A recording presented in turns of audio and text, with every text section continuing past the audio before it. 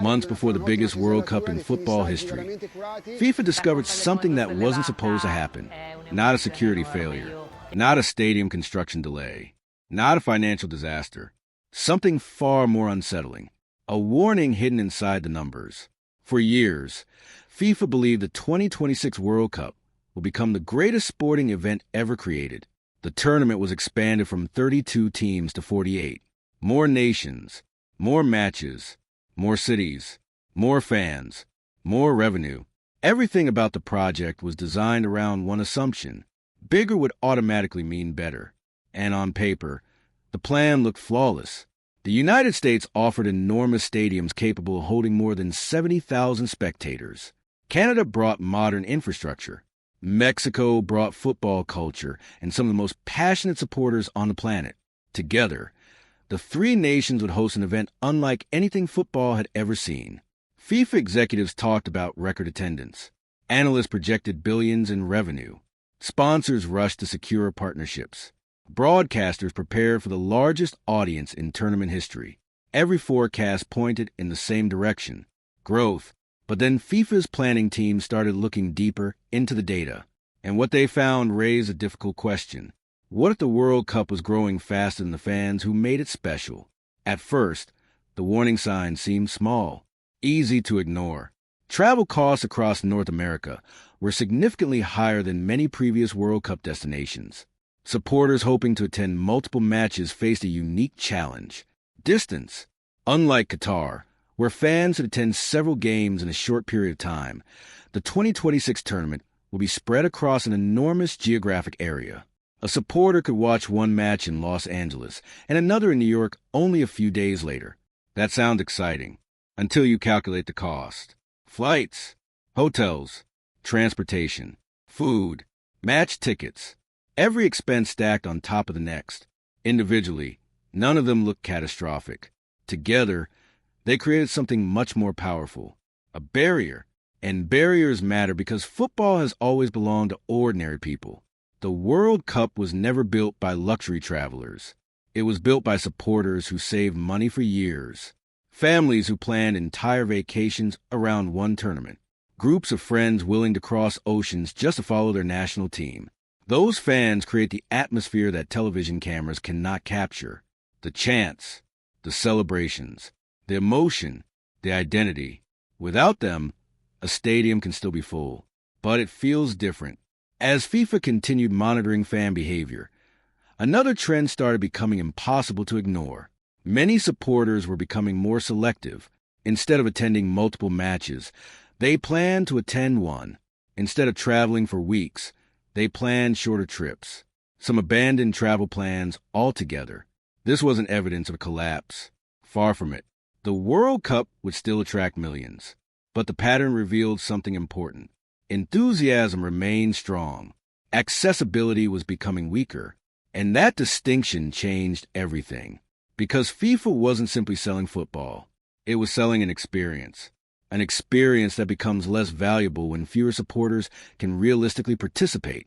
The concern wasn't empty stadiums. The concern was emotional distance. For decades, the World Cup represented something unique. A rare moment where people from every corner of the planet gathered for a shared experience. Rich countries, poor countries, football giants, underdogs. Everyone arrived under the same banner, the game. But modern football has been changing. Broadcast revenues continue growing. Sponsorship deals continue growing. Commercial opportunities continue growing. Meanwhile, many supporters feel further away from the sport than ever before. And that is where FIFA's discovery became uncomfortable, because the organization realized it was confronting a problem that cannot be solved with marketing campaigns. Connection, the emotional relationship between football and its audience. The numbers revealed that many fans still love the World Cup. They simply struggle to access it. That difference may sound subtle. In reality, it is enormous. A fan who loses interest can be replaced. A fan who wants to attend but cannot afford to attend represents a much deeper challenge, because that supporter still cares. They simply feel excluded. And exclusion is dangerous for any global event, especially one built on the promise of unity. As preparations continued, Another reality became increasingly clear. The expansion to 48 teams created opportunities. More nations could qualify. More regions could participate. Millions of new supporters would gain representation on football's biggest stage. From a sporting perspective, it was a historic achievement, but expansion also introduced complexity. More matches meant more travel. More host cities meant greater logistical challenges. More scheduling demands meant higher costs for supporters attempting to follow their teams.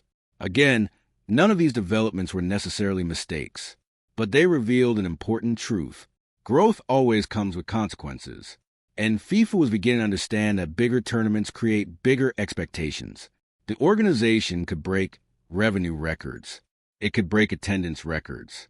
It could break broadcasting records, yet still face criticism if ordinary supporters felt disconnected from the event itself. That realization marked a shift in how many people viewed World Cup 2026. The conversation was no longer only about football. It became a conversation about accessibility, about affordability, about who gets to participate in the modern game. Because football's greatest strength has always been its simplicity. You don't need expensive equipment. You don't need elite facilities. You don't need wealth. The sport became global because anyone could play it. Anyone could love it. Anyone could belong to it. The World Cup represented the highest expression of that idea, a tournament where the entire world came together. But as costs rise and travel becomes more complicated, many supporters have started asking a difficult question. Is the World Cup becoming an event that more people watch but fewer people experience? FIFA may not like that question, but it is a question worth asking. Because the future of football depends on more than revenue. It depends on connection.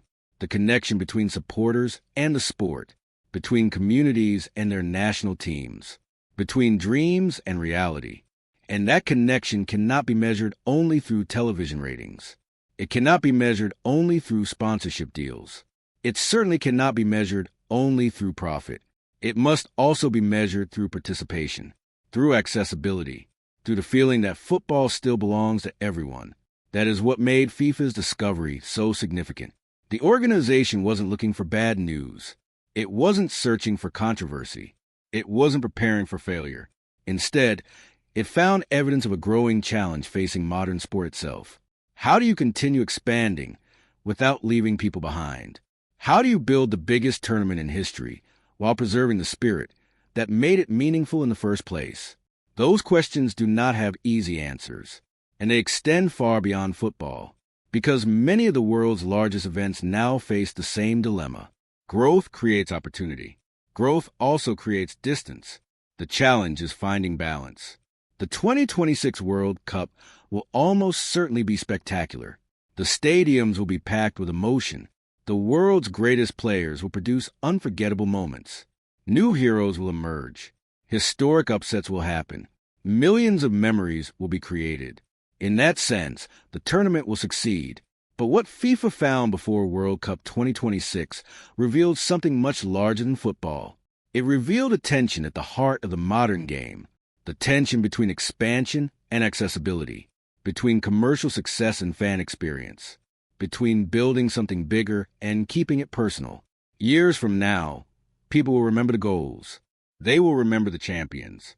They will remember the dramatic moments that define every World Cup. But the most important discovery may have happened long before the opening whistle, because what FIFA found wasn't a crisis. It was a warning. A reminder that football's greatest asset has never been stadiums, sponsors, television contracts, or billion-dollar projections. It has always been the fans. And if the sport ever forgets that, no amount of growth will be enough to replace what is lost. That is what FIFA found before World Cup 2026. And it changed everything.